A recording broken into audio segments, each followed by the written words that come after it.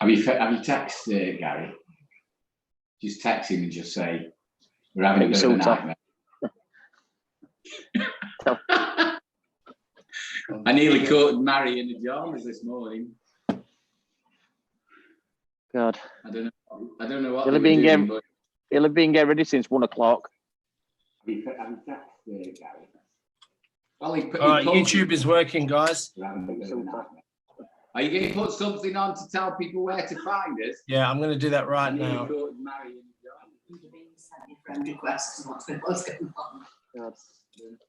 Guys, you're live. He'll have been getting ready since 1 o'clock. Right. How are you, buddy? We're back. Gazza, we're back. Technically, it's over. We're back. Yeah. Good. So, sorry, everybody, for that little glitch. We're trying to do this over 3 different countries. Well, 2 different continents and 3 countries. So, please just forgive us for the technical. Just go back to where we were talking from. Saw you today on Modern Barber with Rachel. She's doing a great job. She's keeping everybody informed. And I know we've gone through this already, but I tried your recipe out. Have you seen these? They look fantastic, mate.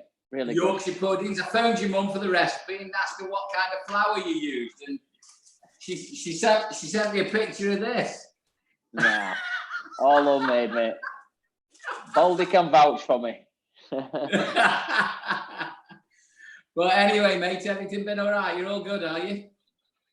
Good, yeah. And another 3 weeks we've got at least. I think government's doing a great job. I don't know about you last night, but again, the response for National Health were fantastic, and they are our soldiers, aren't they? Oh my gosh, it's just unbelievable what those people are doing and putting themselves through. So we've got to keep doing what we've got to keep doing. Got to keep positive.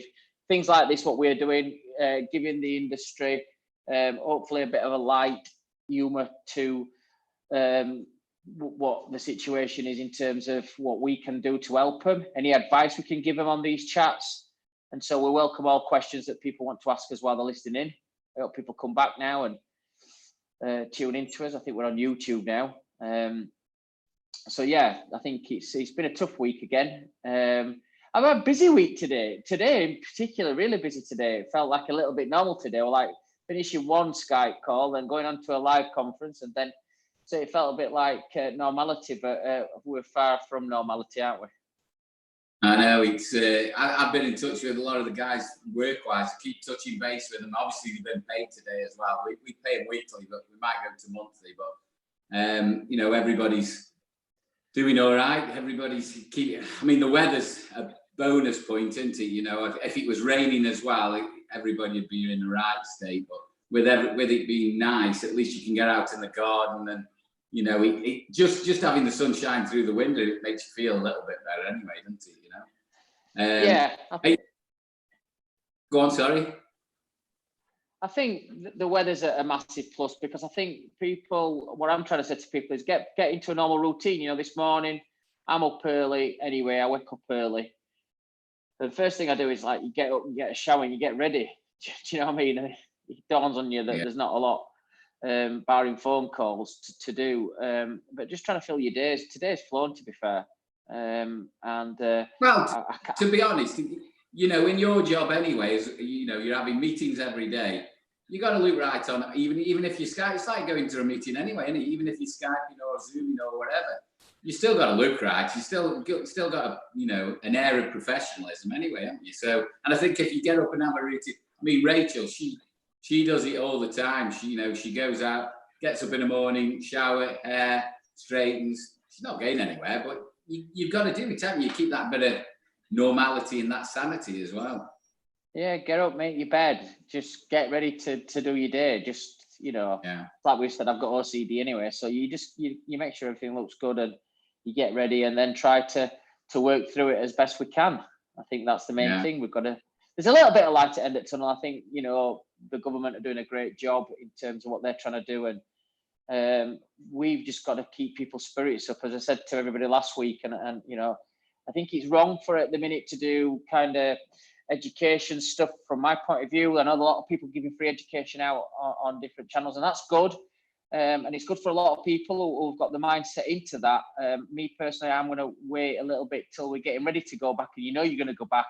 Then let's get you inspired. Up to that, what I'd like to do is give people a few tips on, you know, the preparation of when you get ready and get back, and what's going to be expected of you. And hopefully tonight we can touch on a few of those points of what I think, even if government doesn't say you've got to do this, what I think we should do as an industry, and how we should prepare ourselves to get back, and to make sure that the hygiene side of it in particularly is going to be at the utmost. And, you know, wearing gloves is one point I want to come on to tonight, and a few tips I've got for people on that to make it a little bit easier. So, yeah, got a few tips tonight to do that. We've got a special guest coming on tonight as well, haven't we? Yeah, we have. We've got Mr. Garry Jackson at some point. He's going to join us from Northern Ireland, give us a view on what he's going to do. We met Garry and Mary quite a few years ago. It was we'll get on to that anyway, but he's going to be joining us in about 5 or 10 minutes, I think, or 5 minutes, I think now. So he'll be coming on. I'll translate for you with Garry. I'll translate for you when he starts, because obviously working with Andrew in Ireland quite a lot. How do you want to wear there? Mary, get me sort ready there. I'm going to go on the show tonight with Garry and Simon, who want to be on there. If you want to be on my show, potato. That's the worst Irish accent I've ever seen heard in my life. You understood it all, though. I tell you what, though, Rachel's just bought me some peanuts. They're on the bar, and they definitely taste different since everybody's been washing their hands all the time. Well, they're wasabi nuts. They'll blow your brains out. I remember the first time I had some of them. We were in Birmingham, and we'd finished the seminar. We were staying in that Hotel Indigo. Well, upstairs there's Marco Pierre White's. So goes up for a drink afterwards, and you've got beautiful views looking out onto Birmingham. Well, as much as you can have beautiful views looking out onto Birmingham. And there were these nuts on table. Are they off? They look green. Like my mates, no, they're really nice. And he's chewing them, and I like put one in, and it was like an anaesthetic at dentist. But I am a wolf, so. Anyway, cheers, buddy. Cheers. Yeah, I'm going to get a beer, actually. Yeah, I'm going to get a little shipyard IPA from America here, all the way from Maine in the US of A. Hey, talking of the US of A, we should have been there at the moment, shouldn't we? It's Chicago show, isn't it? Yeah, we would have been at the ABS. I'd have flown out to yesterday or today, I think. I love that show as well. I love it in Chicago. I've been there, you know, been very fortunate with my career to travel there about 20 times. And obviously we're based just outside Chicago in Sterling. And I just love that city. It's amazing. I'm going to have a Barnes and Mineral water, which is Desperado. Oh, yes. Beautiful. Last time, I don't know if it was last time or the time before I was in Chicago, we met up. I did my first baseball match at Wrigley Field in Chicago. It's amazing, isn't it, there? Beautiful. You took me to, what was that? What was that barbecue place you took me to? We went to Weber Grill, where they met the barbecue company that met the big Weber barbecues. They've got a restaurant in Chicago. And that's it. I normally go there on a Monday because you get enough food to take away with you to last you till Wednesday. well, that's the States for you, though, isn't it? I mean, that is the States. It's hard work there. So tonight, guys, what I want to try and talk about is I said, some ideas and inspiration for people when we get back. Some feedback I've had off barbers this week. I see, especially today. I don't know about everybody else, but today, I think we've been going through the motions, and we've been very lucky at Wahl with lots of meetings going on telephone calls and working with some great people, as I do with the team there. But today's probably one of the days that I felt like very, very positive. Got some great ideas, and I'd like to share some of those tonight and tell them what's coming up and what we can look to give people a little bit of idea and to give them a bit of guidance in the next 3 weeks, what we can do to get prepared, what other barbers are doing, some big names in the industry. I had a great chat today with Geoff Davis from Savills. And I think it's nice when sometimes, you know, I spoke to a few barbers who got their own barber shop. They might have 2 barbers that work with them, and it made it feel a little bit lost. Yeah, they might have had the grant, but all they've known is to work 40 to 50 hours a week cutting hair, and all of a sudden you're not doing that, and everybody's got their heads down a little bit. So hopefully we can say, look, everybody's in the same position, but here's a few ideas of what we can do to get some inspiration in. You know, that is a good point, that is, because I think when you work for yourself or when you're working for a company as well, I'm sure we're very similar. You know, you put your head on the pillow, and 9 times out of 10, it's just wearing from either the day you've had or the day you're going to have tomorrow, or what you've got to remember to do. Or I know you manage a big team as well when you're going around the world, but what do you do? Do you when you get ideas, do you just jot them down? Do you record them? When's your thinking time? Is it on the toilet or in the shower, or what do you do? What do you jot them down and you think, oh, that's a great idea, I'm going to run with that? Or... You know, I had a really good idea today and a little bit of a format. So my first job, I spoke to our commercial director, then I spoke to the MD, and then I spoke to marketing, because when I get an idea, it really does flow. But my best tactic is, even though I'm a bit of a technophobe, I've got a beautiful Hugo Boss notepad and pen that somebody bought me, and I always have notepads with me. And unfortunately, at my age now, my best tactic is always that I write everything down. I write all my ideas down. I have to. And I keep my books as well. I keep all my notepads, and I look back at them sometimes over years, and I think, wow, I never did that idea. Maybe now is the time to do it. Because sometimes you have an idea and you've written it down. You might be abroad somewhere, and you come back and think, nah, it's not going to work. But then you might look at it in a couple of years' time and go back to them notes, and you think, wow, my frame of mind at that time was so good.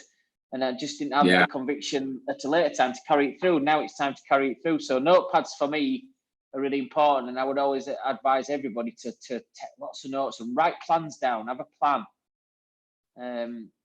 You know, that's my Wahl training. You know, we've had big training on plans and stuff. I think that's a really good point from even, you know, we get so involved in cutting hair sometimes, especially when you're running a business. It's hard to make that time to make the business run well, or you know, evolve the business, if you like, because you're so intent on making money or cutting hair. And let's face it, you know, I really struggle with that. You know, cutting off from, even though I travel and you know you teach and everything else, it's making that time to build your business at the same time, because as soon as I get back work, you know, you've got clients waiting for you as well. I know you don't have that problem anymore, and you made that conscious decision. But I think with a lot of barbers, I think that resonates, because, you know, Baldy was on about it, Darren was on about it today when you were on Modern Barber. You know, he still likes to walk and he likes to keep that vibe in the shop. And you've built this business over 35 years, and you've got customers that still want you to cut the hair, you know, and it's hard to cut that off as well. So I can see where you're coming from on the writing it down and having a plan, because a lot of people, they forget that side of things. You know, it's hard sometimes to make time into it. Yeah, even when we do like when we do as intro videos, or a video which might be a minute or a 2-minute trailer, you know, I will always have a notepad, and it'll be like, right, screen 1, and I'll just jot it and like draw funny pictures and do some writing. Then I give it to Chris in our marketing department, and he takes it to landing graphics and video.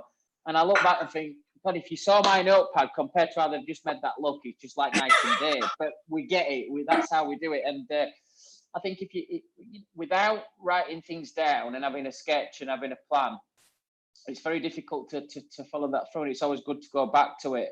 And even when you see a finished result of a video or something, it's important that you look at your notes at all times. So like note taking for me is big, and you know, some of the ideas I've worked on today, which I want to fetch to the industry in the next couple of weeks, they've all been written down today, and I feel good today. I feel like we've had a good thought process today, and there's some good stuff there, even though, you know, it's still a precarious time everywhere. You've got to be positive. Do you know what? I've just realised as well. Well, it's just popped up. Jackie's just said this time last year we were in Dubai. Well, I thought it was Chicago. Not this time last year. With was it just before we went to Chicago? We were in Dubai. Yeah. Yeah. We went in from Dubai there and then went straight there. So that was another fun trip. Yeah, we touched on that last week. Well, they're all fun trips. You've got to make them fun. Do you know what you having? Cheers. This one's all the way from Canada. Our friends in Canada. It's called Fireball. You'll love this, and it's cinnamon whiskey. It's absolutely beautiful, mate. You'll have a bottle of this when you come down to see me next time. Can't wait. But, cheers. Cheers. You didn't surface last Saturday after this session, by the way. Nobody could get in touch with you on Saturday because you were drinking all that tequila and that moonshine stuff that you've sent me. Jeez. I was in the garden. I wasn't it. I didn't take my phone out. That's all. Yeah, Trevor had to get up at 2 o'clock in the morning, watch us rabble on, and then edit the video, and then carried on working all day. He kept sending me messages. Have you spoke to Garry? No, he's passed out. He's moonshine. Anyway, I think we've got our special guest due anytime. I think, is Garry Jackson on the way or not? I think he'll be joining He'll be joining the meeting anytime. He's here. Well, can you see us, Garry? How are you, buddy? Yeah. Guys, how you doing, man? Yay! At last. How are you, Simon? You all right? Hello, Garry. Yeah, very well. How are you, man? Oh dear, I'm exhausted, mate. My nerves are wrecked. I thought it was something I was doing wrong, but hey, we're here now. You're no, I've drank about 4 or 5 of these while I was waiting for you. Good health, sir. Yes, you're very good health. Your beard's looking good, Garry. Very well. Look very dapper, as always. I would say last week on the show, Garry, a lot of people don't know because obviously I've got a lot of style and charisma, and but me and you share the same tailor that you put me onto actually, D. Graham. Yeah, the guy's a legend, isn't he? Yeah. Have you seen him put recently? Me onto him. I speak to him on Facebook and stuff, and I know he's obviously doing stuff with Conor McGregor and things like that. But obviously, I always looked how smart you were, and I think it was your wife that said to me, she gave me a card one day at an exhibition. She went, "You want to give this guy a ring?" And I spoke to him, and I went over to Belfast to meet him. And for anybody who's listening, if you want a dapper suit, he's the man. He really does go to town. And I've had about 6 suits off him since. Have you spoken to him since lockdown? No. No, nor have I. I'm going to have to give him a shout to see how he is, He's got his lovely wee family there. And I'm sure he's not doing a whole lot in the lockdown, Yeah. Yeah, I bet there'll not be many people wanting suits. No, can't see it. So what's the crack in, boys? Garry, I spoke to him when he made Simon's suits, and he said, I said, how do you make them then? He says, I take a pattern and lay it over a wok. This is what that's put up with, Garry. That's the old Simon, isn't it? That's not skinny Simon. And this is the kettle in the corner calling the pan. Oh yes, oh yes. How's Garry? How's things? What's happening in Ireland, and how's things affected you? And what's the general feel with yourself first of all, and then just the general feel about the community around you? Well, it's weird, isn't it? It's like one of those. Do you remember The Prisoner, the old television program? Oh, with the big white. Yeah, it's all just a bit surreal, isn't it? The streets are empty and there's nobody about. And it's like a film set. It's not like reality. Sure, it isn't. But people are starting to behave themselves now. They were being a wee bit naughty for a while. Going to the beach and going to the parks and but everybody's starting to behave themselves now. Oh, that's good. Yeah. So yeah, it's all good. Mary and I are just, this good weather the last couple of days. It's on some level, it's actually quite enjoyable, isn't it? You're not having to jump up out of bed, and you've no stress. How is the beautiful Mary anyway, Gary? She's good as gold, mate. She's still looking after me, She always does. She always takes good care of me. Same as your Rachel does. Oh, yeah. Well, behind every great man. Would be lost without our girls, wouldn't we? Yeah. What are you drinking tonight, mate, anyway? I'm on the cider. Oh, we're on a wee berry cider. Very good. Nice. Man after Simon's heart, then. So, listen, guys, you're asking me how things are going, and everything is going well, but I do have something that's laying heavy on my heart, and I would just like to say about all these barbers out in their communities cutting people's hair at home. It's really is breaking my heart, because my wife is a nurse, and she explained to me from very early on the dangers about cross-contamination. And, guys going out to do homers, to do home visits, it's just complete madness. And I'm having sleepless nights worrying about them. Now, if anybody is in any doubt as to what this horrible, horrible virus does, Simon, are you familiar with a barber called William Ward? William Ward. Yeah, he's a good lad. He's a great barber. Black Moth Barbers in Essex. Yeah, Black Moth. Yeah. Yeah, but he's a really, really cool guy, and he's a really good barber.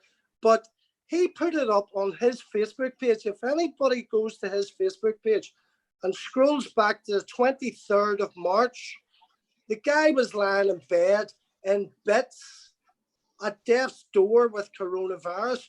Now, thank goodness he's back on the tracks again now, and he's back, and he's getting back to some sort of normal health again. But he was in a really, really bad way. So if there's any barbers out there that are thinking, oh, it's just, it's not that serious, it's not that big a deal, well, I would suggest that they go on to William Ward's page on his Facebook page and have a look at him and see what he was like in his bed.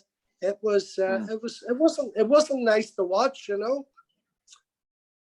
So, no, I think we've been saying all the way through this, because of just a general anybody that works in national health, anybody that's working in supermarket, everybody that's trying to keep this country keeping it ticking over and stuff, but especially the national health, we cannot put those at risk. We have got to stay at home. We've got to save lives, and we've got to protect that NHS. And anybody who breaks that for a few quid are off the rocker. Stay at home. There's enough government things around, and we've just got to do what's right. And if this industry lets us down in any point of that, we're not going to name and shame people, but people who are in your own areas and stuff, I think you've got to take the mantle up yourself and man up individuals and say, get in touch with these guys and say, you're wrong for doing it. Do you know, Simon, it's not about being a gross or anything. I like to see people making a few quid and doing well for themselves, but I'm concerned about their health. I'm concerned about the health of the people whose houses they're going into, and their children and their grandchildren, or their grandparents and all their family circle. I'm concerned about their health. So that's why I'm trying to I agree with you, Garry. That's why I'm banging my drum about it, because I care about people's health, I know 95% of people will agree with you. It's the odd one or twos that are just bending them rules a little bit. Yeah. I know there's quite a lot of people out there, and I keep getting messages all the time because of what I do with the BBA and chair of the Barber Council, and we keep getting phone calls and emails all the time. People getting in touch. What can we do? Where can we? What it is. What you've got to do is, if it is getting to the point where people are reoffending all the time, I mean, we haven't had that happen in our area so much. We've got in Staffordshire and South Cheshire, we haven't had that big of a problem. But I know from, you know, speaking to a lot of people, and I know yourself, Garry, in Northern Ireland, you were saying people were even advertising on Gumtree and all sorts of things, weren't they? Ridiculous, Garry. There was, sorry for interrupting you. There was one geezer in particular, right? And he took me to the fair. I mean, this is rampant. I'm hearing loads and loads and loads of stories. But there was one guy went on to a buy and sell page, and he offered a barber 200 quid to go and cut his hair for him. And he actually made the comment about, you know, this old coronavirus, blah, blah, blah. If I'm going to catch it, at least I want to look sharp with a fresh fade. Now, what sort of a mentality is that? I mean, the trouble is, Garry, the thing that brasses me off most, I'm not going to swear because, you know, it isn't us, but it makes everything that we're doing, all the sacrifices we're making and our staff mean nothing, doesn't it? You know, because they're doing stuff that shouldn't be happening. I did find, I mean, that many people were texting me and emailing me. There is a gov.uk site that you can go on to, and if it's really flagrant, and you know, we've had a couple of businesses in our local area that have inflated prices on, you know, certain things when there was a shortage. And there's a site that you can report a business behaving unfairly during the COVID-19 lockdown. It's Competition and Markets Authority. I've only put that out there only because so many people have been contacting us. Where do I phone? Where do I go? What can I do? And it's not about whistleblowing or anything else. It's doing it for the right reasons. But if you go on gov.uk and get onto that site, you will able to put the details in there. So that's just throwing it out there from a barber council point of view and a BBA. So. Good to you, mate. Maybe we could get a few of the barbers to, you know, to shout out from the rooftops about it, you know? I mean, well, I will admit, Simon here, I mean, absolute legend within the industry. Every time I've seen him do any social media, we were here last Friday, he's been on today, he was on Tuesday, and every time, mate, you've actually sent the same message, haven't you? You know, every single time, you know, this shouldn't be happening. Sit at home. I mean, we're not asking anybody to do anything too hard, are we? It's staying at home. I mean, for God's sake, you know, you've okay, we all are feeling the pinch. I mean, I don't know about the rest of the areas. We said this about last week. Nobody's had any government grants at the moment. It's going to be the end of the month for the 80%. I know we're all feeling it, but you just cannot go out and start cutting people's hair. Nope. No. Anyway, has anybody got a joke? Go on. Well, I want to just stir the pot a little bit here, and I want to ask Garry, because he's new to us as well, is that, Garry, before the government come out with what's going to have to happen in barbershops and hairdressing salons, before they tell us what kind of PPE we might have to wear, you know, years ago it came in that you've got to wear gloves when you were shaving. That's kind of about it as a PPE's gone on with. Okay, you listen to Garry when he's doing his shavings, there's lots and lots of different things that you've got to do, no double dipping, cross-contamination, but I think that's been kind of light as well across. I think before the government comes in, lots of barbers are coming up, speaking to me now and sending me messages about what they want to do, not what the government's going to tell them to do, not what the legislation or whatever rules are going to be in. They're saying, we want it to be this way. And one of the things that's coming up is obviously wearing masks, wearing maybe a disposable apron, using disposable gowns. So every client has a brand new gown.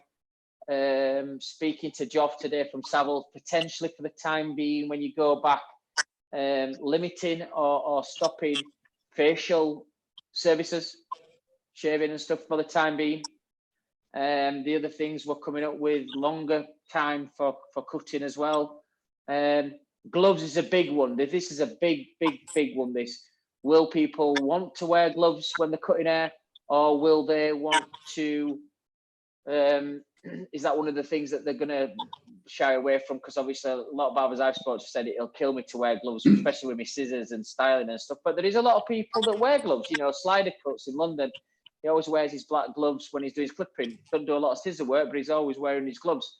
You know, the way we cut hair as well, using clippers, it's one of the best. You can get away using your gloves by using your clippers how we cut hair with them. So, you know, something I'm going to touch on in the next couple of weeks is give people an option. If you want to wear gloves when you're cutting people's hair, I'm going to give you a nice and easier way to do that instead of your scissors. You can scissor over a comb, but for the top layers and stuff, wearing your gloves, try this technique. It would help you. But what's your views on what you think you're going to introduce into your salon? Well, you know, the last one, I never used to wear gloves for cutting hair, but the last few weeks before the lockdown, we did wear gloves, and I didn't find it any great hardship. I thought it was okay. You feel a little bit clumsy, you know, but once you get used to it, it was okay. But can I ask you this? I know that Germany and Denmark hairdressers have started to sort of open up again. Have you heard any reports about that, or you know how they're getting on? Have they been okay? Have they been social distancing, or what PPE have they been wearing? Or because obviously they're a few weeks ahead of us, aren't they? So in China, there is. Go on, Gary. You go. No, go on. Germany and Denmark. So in China, I think, you know, the stylists have to wear masks. They are having temperatures taken inside the shops. And I know a few barbers have been putting photographs and videos up that they were introducing that a little bit before the actual lockdown were there. So I think that's going to be another service. Limited numbers in salons as well. So many people in one business at a time. So I think 5 people in a salon at any point, 2 stylists, 2 having their hair cut, maybe 1 waiting. And this question came up a couple of times, and a lot of barbers are telling me now that they're going to do longer hours, not just to get the money back that they've lost, but obviously just to facilitate that if you can't have too many people in the business at any point, we're going to go back to 7 days a week. We're going to probably do Monday to Friday, 9 while 9, just to try to get the staff back into work, maybe shift work. So Simon, have you heard specifically from Germany or from Denmark how they're getting on? No, they're not back at work yet. We've got Norway said, I think it was Jack Ludlow that said last week that Norway are going back on the 27th of April. One of my friends in Spain spoke to me yesterday, and the construction people are back at work, but the service industries aren't back yet in Spain. Don't know about France, and Germany certainly aren't as well. So I think can I just say something, guys? From a PPE point of view, what you've got to remember is PPE is obviously personal protective equipment, but what you've got to remember is when you wear gloves. I mean, you see people wearing gloves going around the supermarket. Now, gloves sometimes wearing gloves can be worse than actually not wearing gloves, because what you've got to remember is, as long as you do something, take the gloves off, throw them in the bin, and take them off correctly, by the way, because the medical way of taking your gloves off, and we teach this every time we do a class. If you're taking gloves off and touching the outside of the gloves with your bare hands, what's the point of wearing gloves? So there's a correct way of taking gloves off in one respect. But you see people going around the supermarket, and they're pushing the trolley along, got the gloves on, picking stuff off the shelf, putting it in. They go to if they get in the car, take the gloves off, they're taking the shopping then home. Are they wearing gloves when they take the shopping out and putting it? Are they disinfecting all the shopping? You know, it's a very sticky situation, because sometimes it's better to wear no gloves and wash your hands on a very, very regular basis. If you think you're being protected, it isn't a skin disease. It isn't like scabies where you touch and you get it. It's airborne. It's got to go into your mouth. It's got to go up your nose. It's got to go into your eye. So what you've got to remember is, even if you've got gloves on, you touch your face, you touch your nose, you touch your mouth, you've got it anyway, whether you've got gloves on or not. The only time you wear gloves is when we're doing it. It's like when we're doing a shave. Once you stop touching the client and you've actually sterilised all your equipment, you've cleared your trolley away, or you put all your tools in the, you know, your towels in the bin, that's when you take your gloves off. That's when the risk has gone.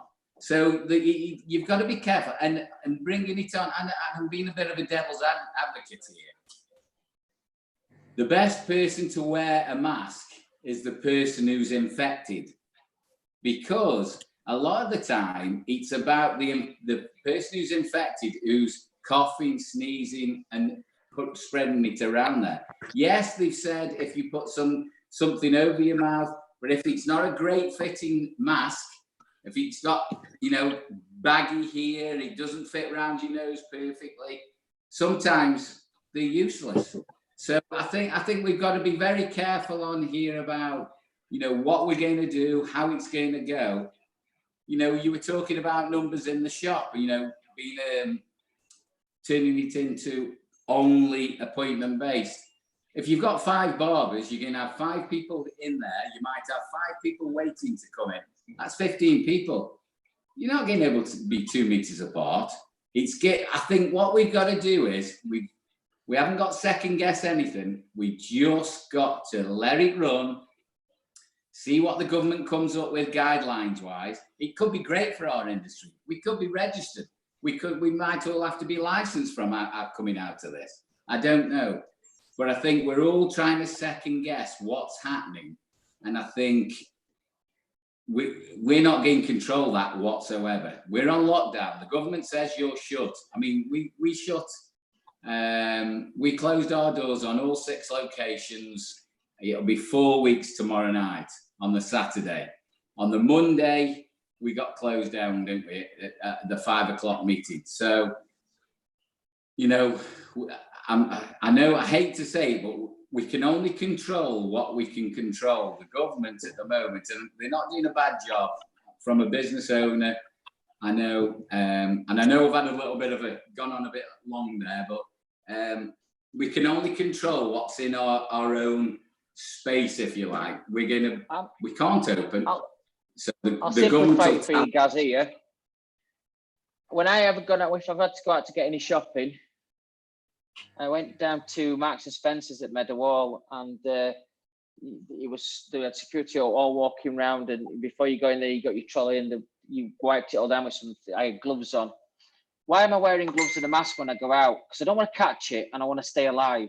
So I don't work in a salon, but trust me, until we get a vaccine for this, it's still going to be about.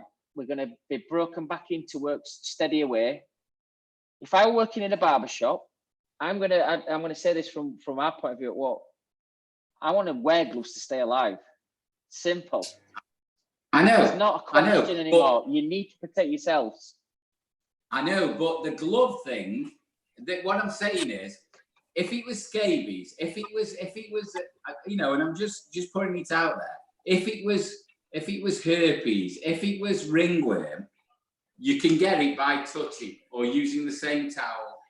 If it's something like COVID-19, which is airborne, if you're wearing gloves, or even if you're not wearing gloves, it's not going to make any difference unless you touch your face, either into your eye, into your nose, or into your mouth. If you're going to use your gloves to go to do your shopping, great. But if you pick something up and it's on that, and then you touch your shopping, and then you put it in your car, you take your gloves off, you get back in your car, everything's good. You've got to put gloves on then to put your shopping into the cupboards, haven't you? Or you've got to sterilise everything that you picked up with your gloves on, because you don't know if you've got it on. I'm just throwing it out there. That what you've got to remember. I know what you're saying, Garry. You know, but you're almost better just washing your hands between every haircut. Yeah.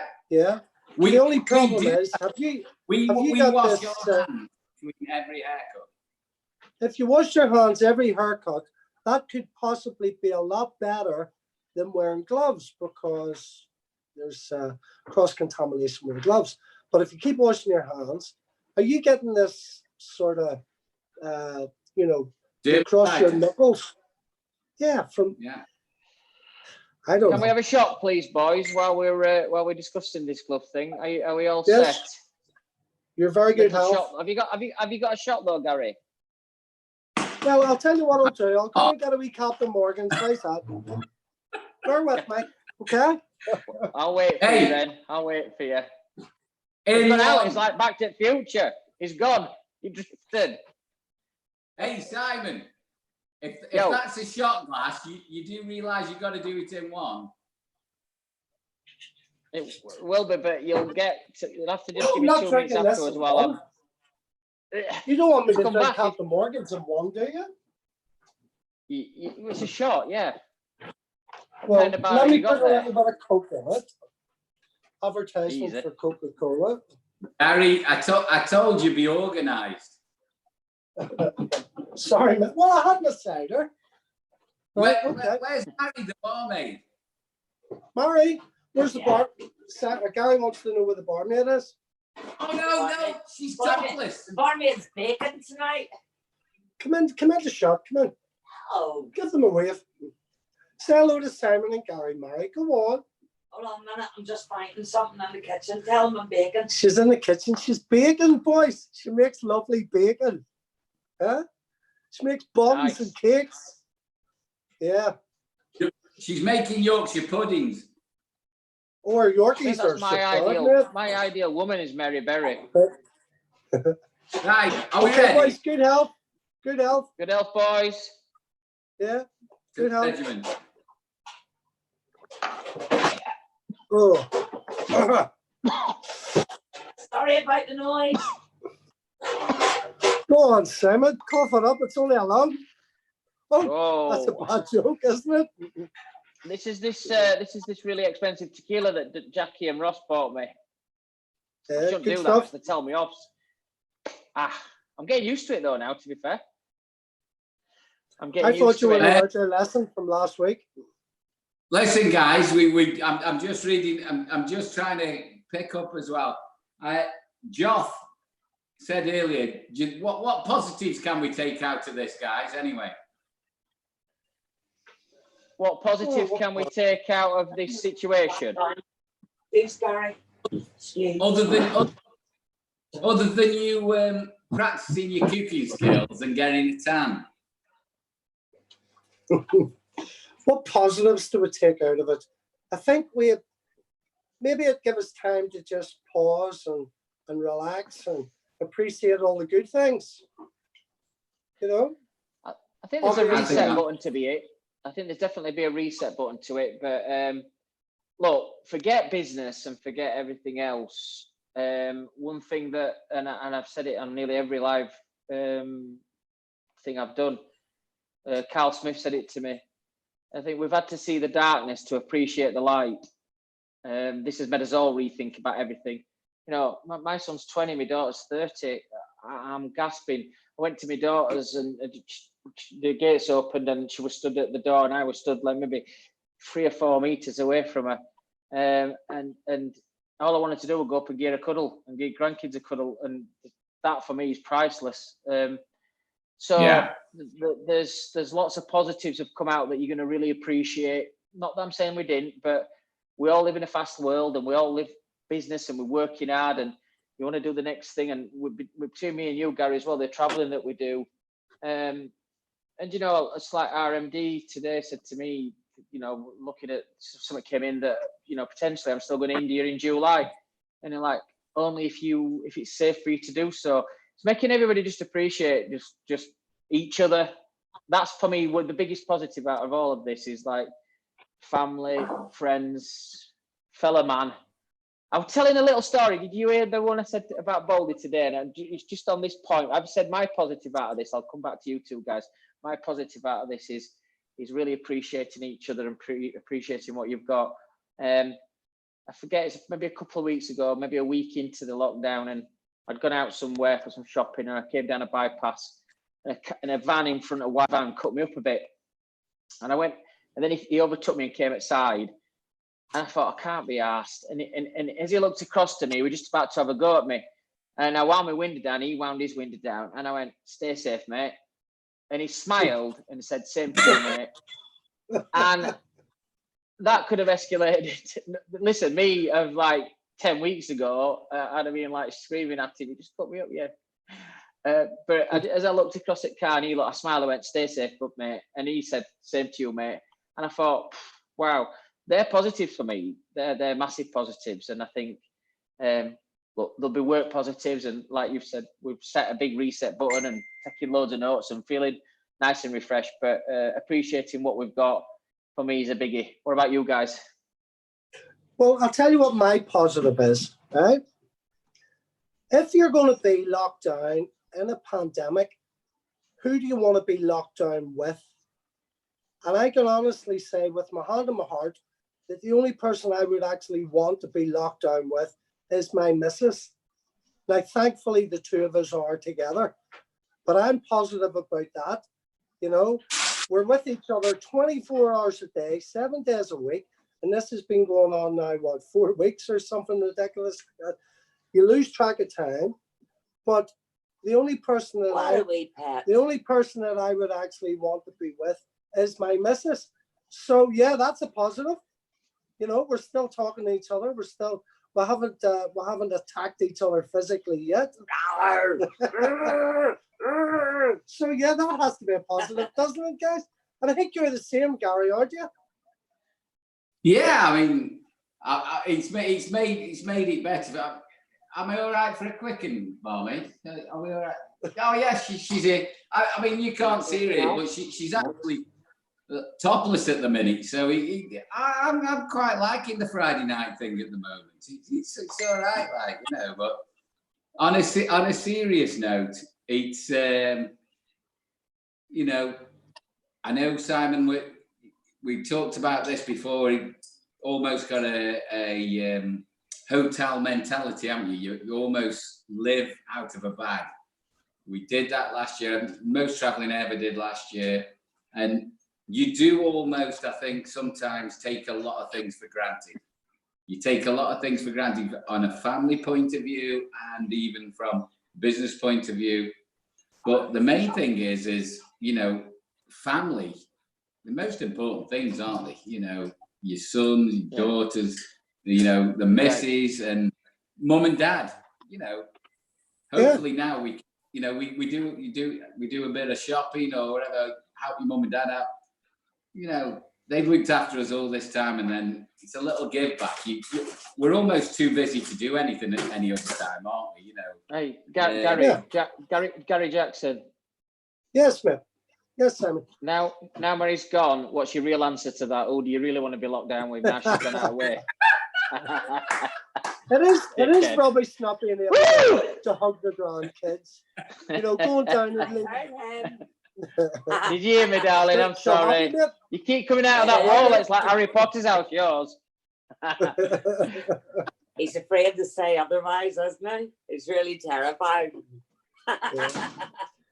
It is rubbish, though, you know, having to go down and leave the Easter eggs outside the house for the grandkids and stuff like that. And I'm a hugger. I mean, I'm sure you've noticed, guys, anytime I always meet you guys, the first thing I always do is give you a big hug, you know. So I do miss that, you know. But I think Gary, I've got another question for you, actually. Sorry to interrupt you, but we're getting lots of questions in. It's me and Gary were talking last week about some funny stories that we had. I want to keep it nice and light if we can now for everybody that's listening in. And so we had funny stories about when we've travelled and stuff. And Gary gets me really drunk, and he doesn't even look like he's had a drink, and I can't walk. And they're saying, "What you been drinking?" Same as him, and he's fine. Have you got any funny stories, particularly with your like clientele coming in there from Northern Ireland and stuff? Have you got any clients that's kind of like really funny that you enjoy coming in, or you got any like quirky stories to tell everybody about a client? Or, you know, if you don't want to mention names, you don't have to, but any funny stories?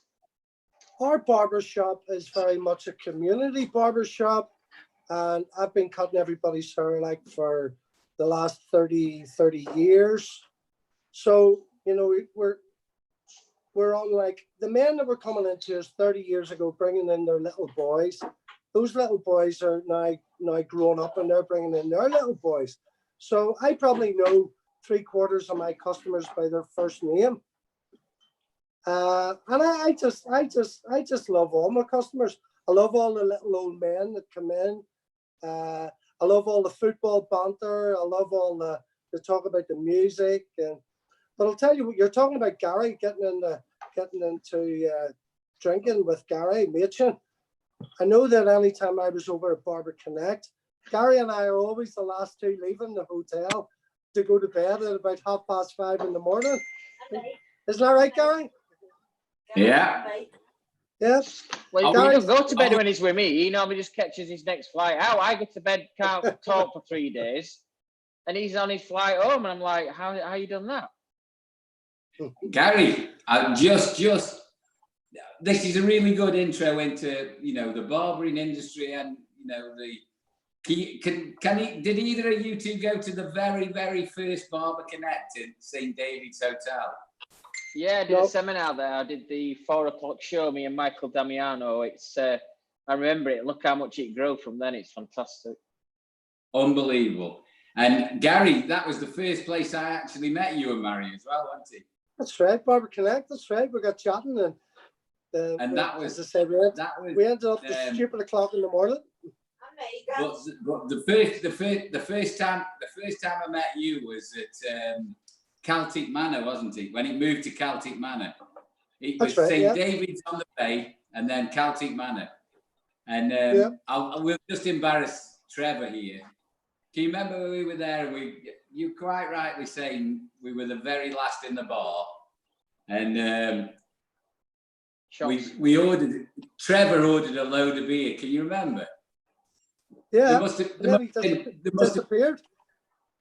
have been 10 pints on the table, and it took so long for a dringy. He went to bed, didn't he? Which Trevor bought a load of beers? At least he bought us right before he went to bed. Trevor bought a lot?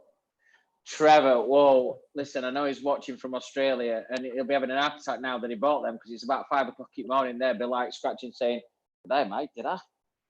No, he took us out for a beautiful meal though, didn't he, in Dubai? He did take us out for a really nice meal in Dubai. Yeah, but the thing is, me and Garry had to drink them all. Yeah, we did, didn't we? And Tom. Oh, I bet you struggled with that pair of you. We've had a few questions in. We've got Steve Aban, who's out in Stoke-on-Trent. Great guy, Steve, comes to all the shows. He's a great barber out there, and he's a gentleman as well. And he's been on lots of my seminars, but I think he's just a friend of the industry as well. He goes around all the stages, so it's not just a friend of Wahl's. But and he's saying about, and this has come up again a couple of times today to me in different chats.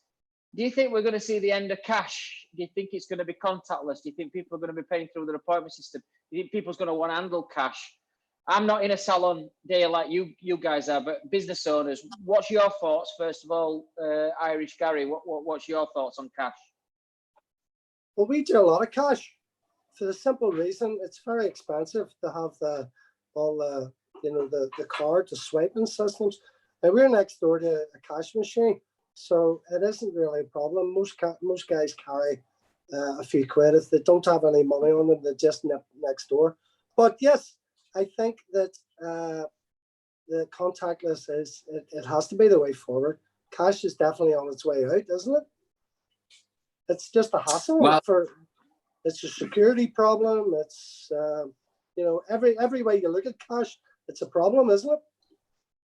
The thing that there'll always be, until that generation or until that type of person either dies out. I mean, I hate to say that, but it's almost, those type of people are not around anymore. We've had card machine now for probably 12 years. We couldn't survive without a cash machine anymore because our business is now probably 60-30 card and cash. So probably even more than that sometimes. So it's something that we found. The reason we went to card, when using cards, is we were missing out on sales because we sell a lot of retail products. We sell about 15% of our business is retail. So if you're going to sell them a 10-15 quid puck of product and they haven't got the cash on plus the haircut, we were missing out on sales. So we realized a long time ago that we had to introduce card payments because if you said, "Oh, you can pay on card," they'd go, "Oh, right," and they'd buy it. So, you know, from our point, spend more money on cards. I really do. Yeah, you know. I mean, I from a cash business as well, it costs us, doesn't it? You know, if you, I mean, let's be real here. If we're legit as well, it costs us to pay it into the bank. It costs us to use cash anymore. So, you know, I like to see a little bit of. I'd hate it if cash. To be honest, I still go in the pub and pay for beer with cash. I like to hand over that pint, buy the barmaid a drink. I think the tipping side of things, you know, it's you weirdo. You what? Sorry. I bet you do, you weirdo. All right there, darling. Do you want to drink? My name's Garry. Have a shot with me. Come here, Rachel. Boom. Good night. Horrible man. You've been with us on the night. I think one of the things that with this cash thing is what you've said is, you know, speaking to one barber today, I will not mention any names, but we were talking that he's been talking about that he's just got his grant through and stuff, and he's got 2 staff, and he's trying to work with them, and one of them's only doing 16 hours, so she's got universal credit and stuff. And he said 2 at staff had left him and they'd gone somewhere else and they'd rented a chair. It's been great for them for 8-9 months, but they've not paid the right do's and don'ts, so now they can't claim any. It's all this cash thing, and I think when we go back to more cards, people are going to have to be a little bit more honest with the takings and paying the proper do's and don'ts, because if you don't do that, they've got an advantage on everybody. And I think this particular thing that's happened in the country, people who have not done things right with the tax and national insurance and the PAYE, they've had an advantage on all of us, but it's now come back to bite them, because being self-employed and not doing it properly, you're not going to be able to claim as much back. You're going to get what you deserve. It's a bit like when you go for a mortgage. So I think more credit cards and more card payments in shops will probably help to manage that level through a little bit as well.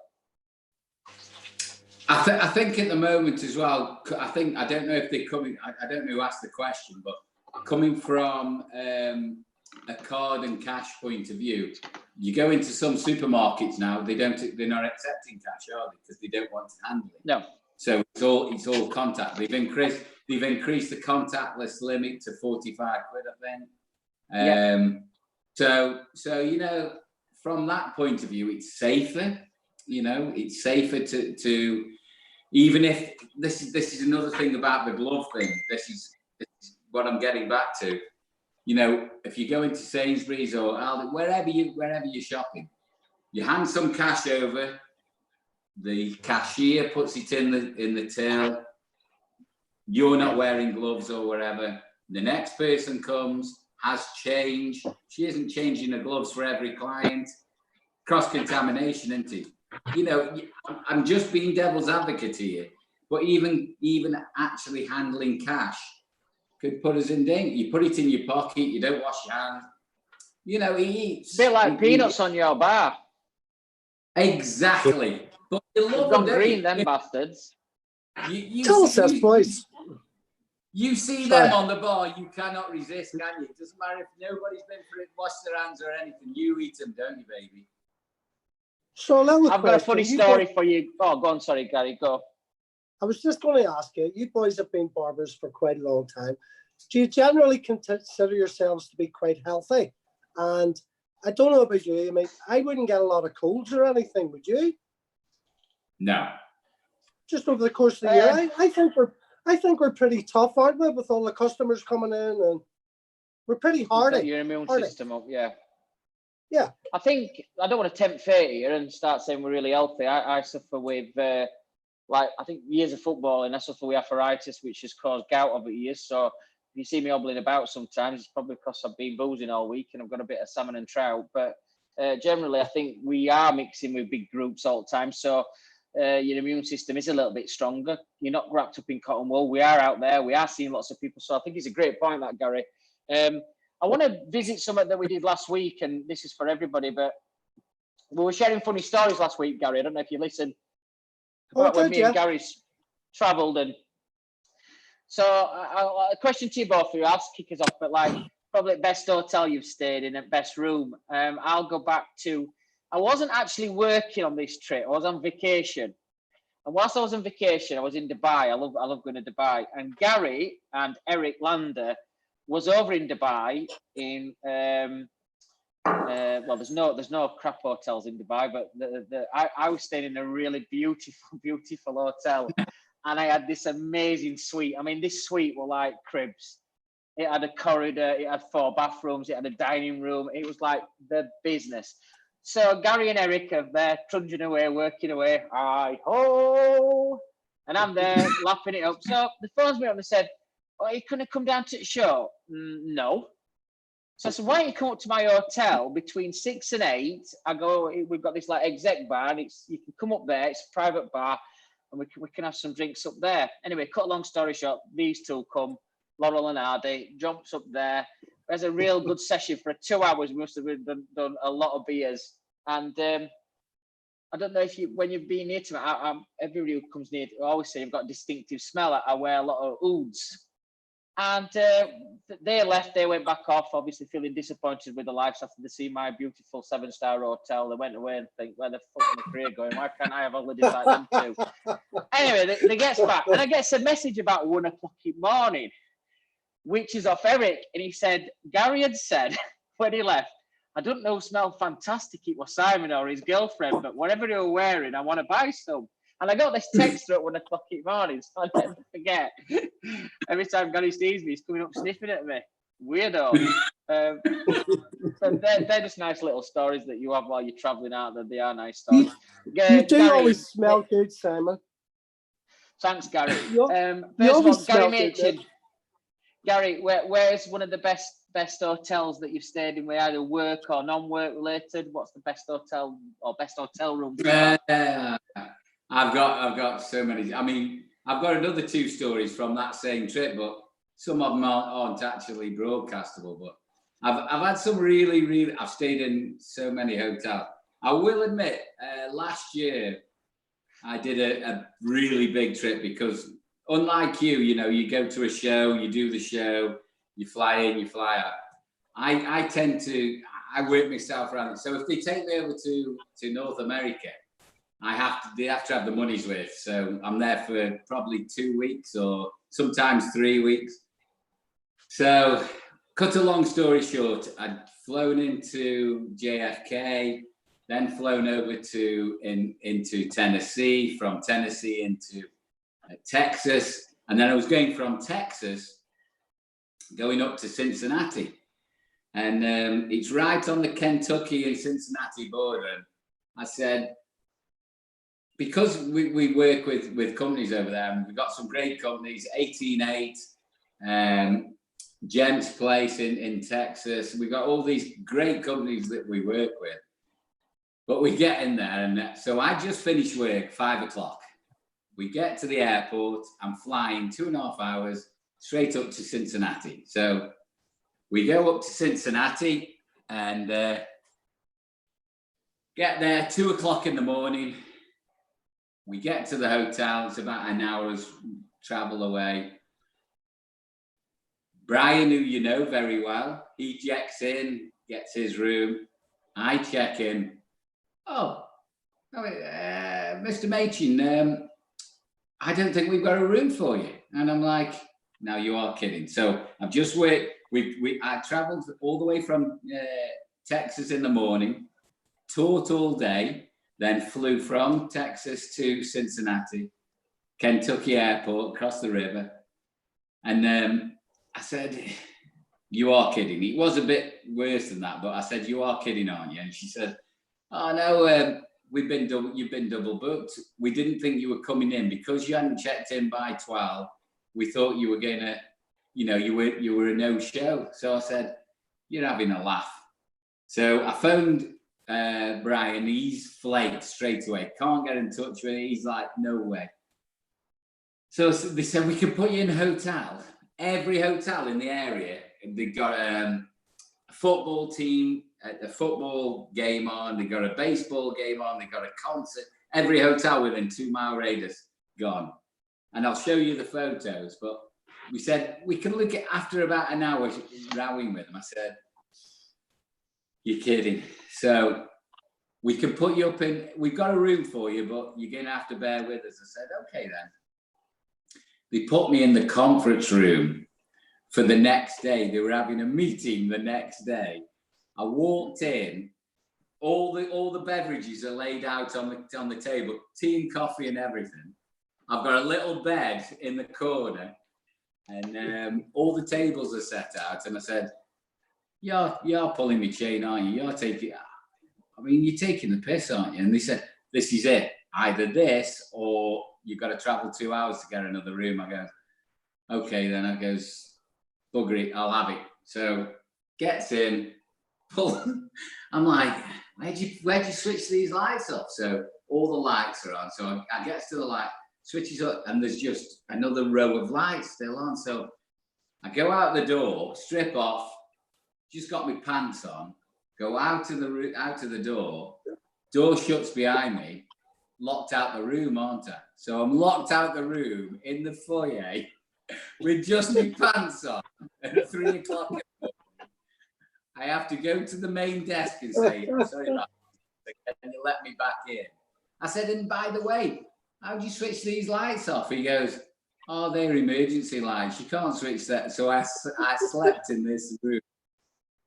It's the biggest hotel room I've ever had in my life, with the lights on all night, and then went to work the next day as well. So, Trevor, love you, baby, but that day was, I nearly had a sense of humour failure. So it was, and it was one of those days where I could have killed somebody if I'd have got my hands on him. So, but that's one of many. That is one of many. What about you, Garry? I don't have any good hotel stories. I'm not, I don't jet set around the way you boys do. I'm usually on a budget. But I've stayed in a couple of nice hotels. You've done a lot of hotels in America. You've been into America a lot of times. Yeah, we've travelled around America, but we're usually doing it on a budget. We travelled all around the east coast of the States by train, by the Amtrak train. We were away travelling around for 5 weeks. We stayed in a nice hotel in Miami. Miami was beautiful. And New Orleans, we stayed in a lovely wee hotel in down New Orleans. But I'm sorry, guys, I don't have any funny stories. But we have done a lot of travelling, Mary and I. Anyway, we need another shot. I think so. Game one. Come on, here we go. Hold on. Wait. Drop a Captain Morgan's with it. Hold on, the barmaid's on her way. Garry. We are. Service around here is getting better all the time. Are you set? Just get my Coca-Cola. We'll have another. To the regiment. Okay. Now you be careful with that, Simon. You be careful with that. Getting used to it. Boys, Getting used to it. Right, Garry, boys, you're very good health. Well done, Garry. Garry, do you know Colin? One of our you'll have probably met him, the big guy from Scotland. Oh, Colin Hargrave. Yes. Yeah. No. Colin Walton. You'll have met him, Garry Machin. I saw him in Chicago. So the story I told you what that story was. That was one of my funniest ones at all. We got to Chicago. It's the first time he'd been. He does go to America quite a bit. He'd gone to Chicago. Cut long story short, goes out first night. Every time we've gone away, we've always gone out the first night and burnt it, and then we've struggled a few days afterwards. We gets there this time, not last year before. I'm working on the Saturday, so we've gone out with Joff and Rob Braid and a few others, and we'd had a few drinks. Anyway, I stays out with Cole. Gets to about midnight. I says, listen, I'm working tomorrow. I've had enough. We've had something to eat. I've had enough. He says, I want to stay out. I just want to see what Chicago's like. I said, okay. I said, well, don't be too late, because obviously you're going into exhibition yourself tomorrow. Gets into the room. He's sharing a room with me. Gets into the room. And within 10 minutes, I'm fast asleep. You know when you're asleep, but subconsciously you can hear a hotel phone ringing. And I kept thinking to myself, that's my phone in my room. So I get so, looks around room, Colin's not there, picks the phone up, it's the concierge. He went, hey buddy, are you room 1640? Yep, you've just phoned it. Do you have somebody staying in your room? I went, yep.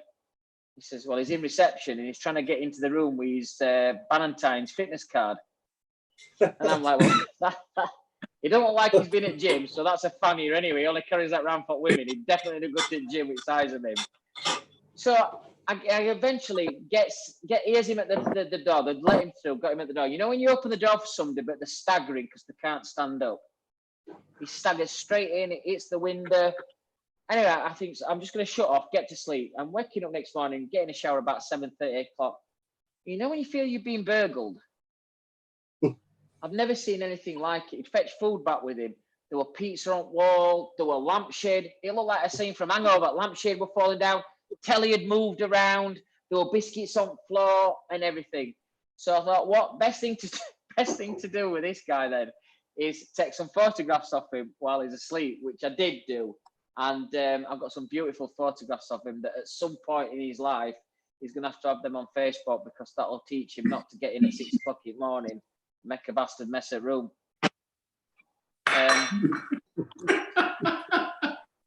It was a tough one, really tough one. What's your wildest client story then, you two together? What's the wildest thing that's happened to you with a client? I won't say it's a wildest, but it's a funny one. I had a new apprentice. He might be watching tonight. His name's Matt Arthur. We used to call him Pinky because you know Pinky in the Brain. We nicknamed him Pinky. Every apprentice has a nickname, and it's about 20 years ago now. And I've been cutting this bloke's hair forever. His name, we'll go on to that.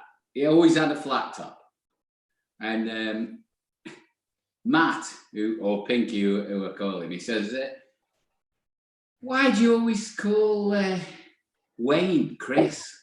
I said, "What do you mean?"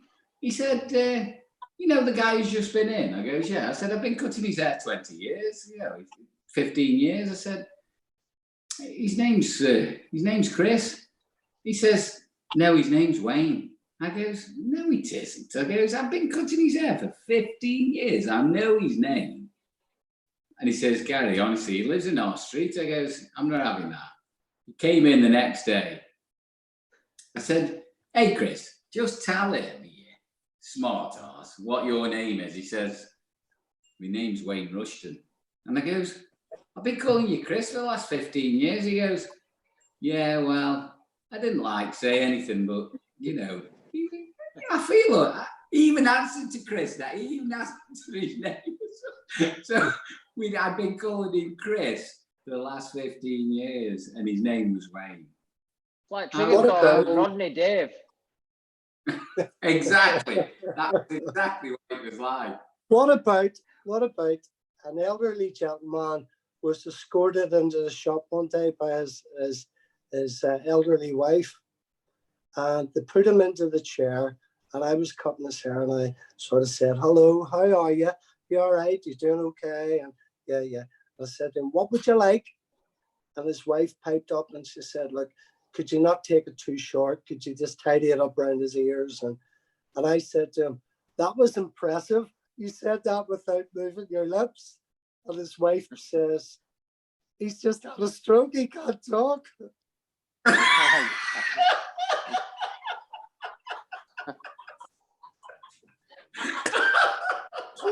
Talk about wanting the crowd to open up and swallow you. I must have apologized to that poor woman about 100 times. I must have said, "I'm so sorry." But you know what? I saw that lady yesterday by chance. I was walking down the street and she was going out to do a little bit of exercise. And her and I have always got along the best ever since that. We've always had a chuckle about it. But yeah, talk about embarrassed. That was my biggest faux pas, I think, Listen to this one then. Listen to this one. And I'll name him because his name was Mario Bisaccia. He was a lad who used to work for me 25 years ago. he was cutting a little lad's hair in the chair, and the lady his mum obviously was standing next to him, and he goes, right, how's he having his haircut? And he described how she wanted his haircut. And Mario, he was Italian, obviously, he'd been born in Italy and came over, and his English was great, but he just turned to this young lady and just patted her on the tummy and said, "Oh, when's it due?" And she said, "I'm not pregnant." I remember one story I had, which was I had an ear infection once, and I took this gent to reception, and I was really struggling with this ear infection, and I think I was just really hard of hearing as well, but I felt really weird with it. And he said to me, "Does it affect your balance?" But I thought he said to me, "Does it affect your bollocks?" I went, "Not up to a minute." And I'm scratching my like, "Well, no, can it affect your bollocks?" And he went, "Beg your pardon." I went, "Did you say can it affect my bollocks?" He went, "No, your balance, dickhead."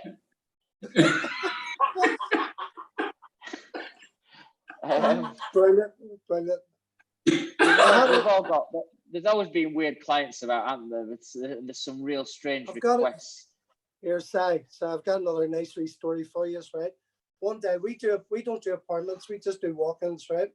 So one day, Saturday afternoon, the shop's packed, and like all the seating area where people are waiting, it's all packed, and there's people coming in, they're standing at the door, and these two guys walked in. They were like Jehovah's Witness guys, Mormons, okay?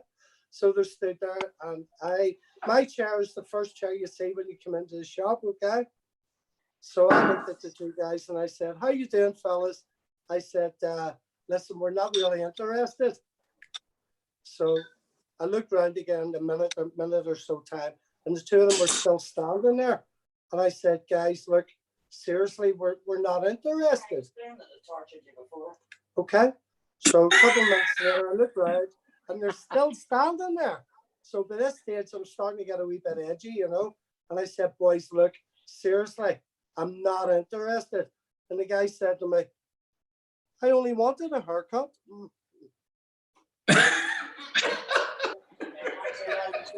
You should have explained that they've tortured you before. So once again, very embarrassed, very highly apologetic, and yeah, you do. I am the master of putting my foot in it. I am a genius at it. What about you two? You know, we talk about weirdest clients. What about staff that you've worked with that's kind of off the wall as well? Weird people you've worked with. I think this more happens as well in salons. We had a white witch that worked for us. She was a lovely girl. Irish? Was she an Irish white witch? She was, mate. Yeah. She insisted on working. She insisted on wearing purple. She only wore purple clothes. She was a nice girl. She's made Garry disappear. Where'd you go, Garry? You know those catheters that Trevor gave us. Mine doesn't work. Oh, mine's working. Oh shit! I forgot to fit it tonight. I've just connected mine. It's all right now. Go on, Garry. Carry on with your story. Your white witch from Ireland who likes to wear purple. No, you're talking about staff. I mean, she was interesting. She was interesting. Have you ever worked with anybody, Garry? Have you worked with anybody that kind of like, no matter what you tell them, they know it all? Oh, we've had a couple. Well, to be truthful, we've got I think we got 36 staff. I think 31 of them are trained by us. We've got a really good apprenticeship program, so all our staff. That's why I got into education all those years ago. We couldn't get staff, so we train all our own now. I mean, we got some of our staff. Richie Allen, one of the guys who's with us now, been with us 22 years, and some of them been with us 16 years. So but there is a couple of guys that stick in your mind where whatever you say, whatever you do, you know, they are the best. They're quite good on their interview. You know, they do a day with us, but it's how they fit within the team, isn't it? You know, I mean, you know this as well. I worked with one of them, and he was like a stylist, and I used to look up to him because he was one of the best haircutters I'd ever seen. But one of those guys that not only did he know it all from an education point of view and a professional point of view, and he was fantastic, so everybody looked up to him. But he used to do it with his clients as well. You know, you've got to make sure that your clients feel good when they come in. And it taught me a lot as a young stylist and as a young apprentice. It taught me a lot how to look after your customers. And I'll never forget one client used to come in. She used to come in every Friday for a blow dry within Wahl. And every 6 weeks, she'd have her hair cut and coloured within an hour, only like 16, 17. She'd have been about 35. She was fit. I used to shampoo her hair for about 10 minutes and like, used to love it. And John was one of these guys that when you know, a guy would come in and say, I've just got a new car, he got one better. If you were going on holiday, he'd already been. And I'll never forget this story, and it really showed him. Val came in for her hair doing one Friday, and it was about 2 weeks before Easter. Bear in mind, I was only 16 at this time. And I'd shampooed her hair, sat across, and he said, oh, are you doing anything for Easter, Val? And she said, yeah. She said, Steve's taking me to Venice for the weekend. And then we're going to travel up to Rome, and we're going to go to Vatican City and all that. And he went, oh, I've been there with Paul. We've been together. Are you booking with that travel agent in Barnes? He does them weekend package tours. She went, yeah.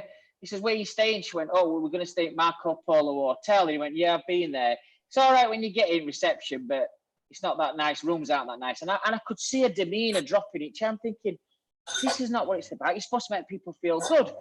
And so he carried on, and she said, so what weather like when you went, John, this time of the year? He went, well, it's okay through the day, but it gets cold at night. And to be fair, weather were too cold for us.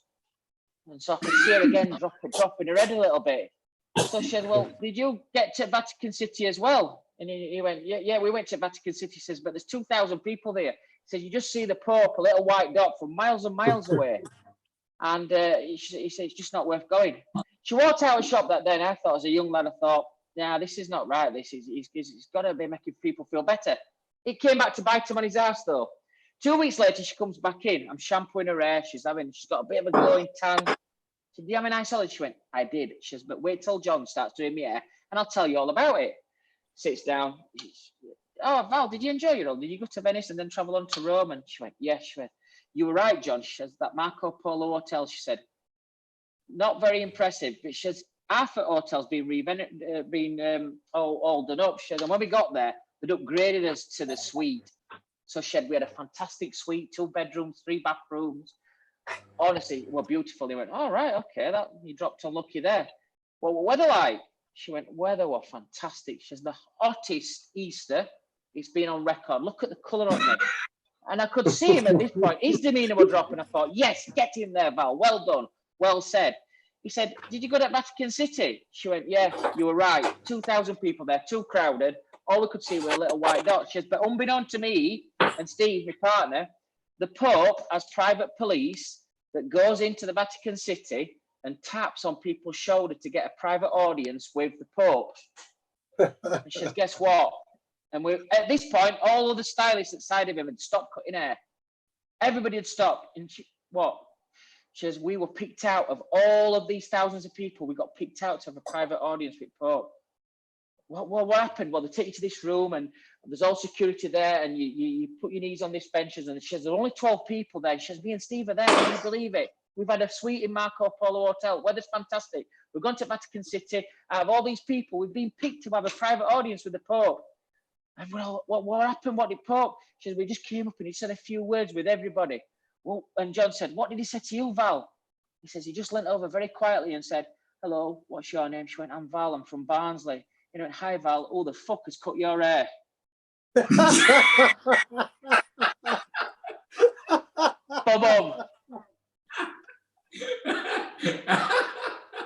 It's a long one, but it's a good one. I knew it. I knew it, you tit. Gary didn't know it. He loved it. He was booking an holiday to go to Vatican City with Murray. I've been there. It's not that nice. Is your mum laughing more than you? That Is was, what? that was good.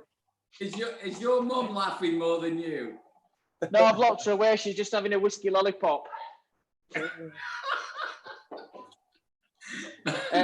Guys, it's pressing on a little bit time. What I'd like to say to everybody is just coming, fetching it back into the industry a little bit is hopefully next week we're going to have some more guests on, and I think Gary's been great coming on. I think it's been fantastic to have you, Garry. We always see your exhibitions and stuff, mate, but I'm sure Trevor would love to get you back on. I think you've been a superstar tonight, having you on. I loved having company. And like Garry said last week, I don't know about you, but it is like going out for a beer. It's the next best thing. Zoom is the future. I've enjoyed spending time with you two rascals. Huh?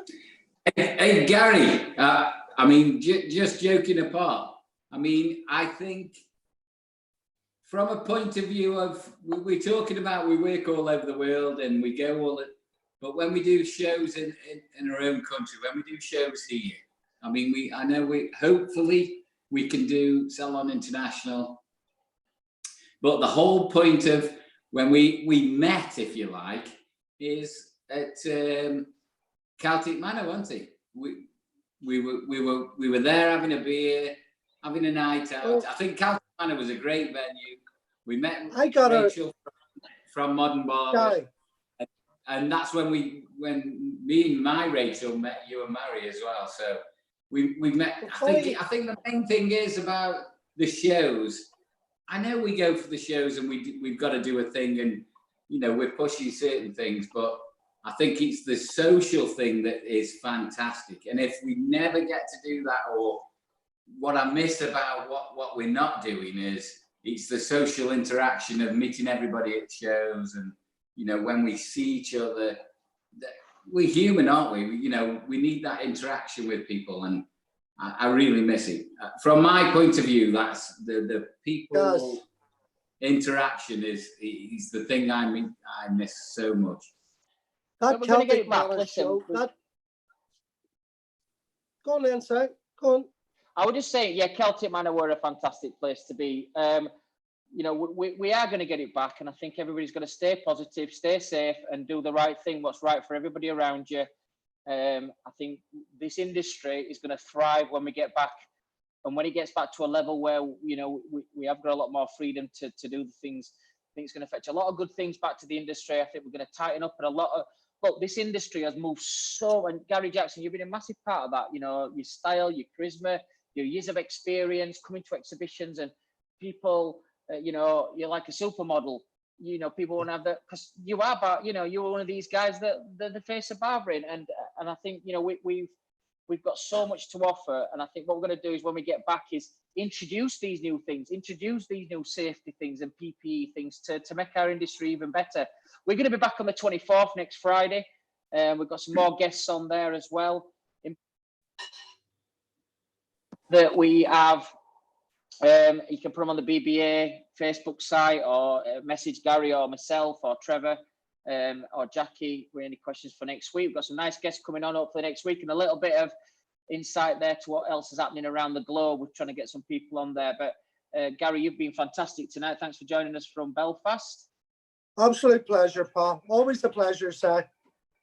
Yeah, you're a top man, and thanks for introducing me to your tailor.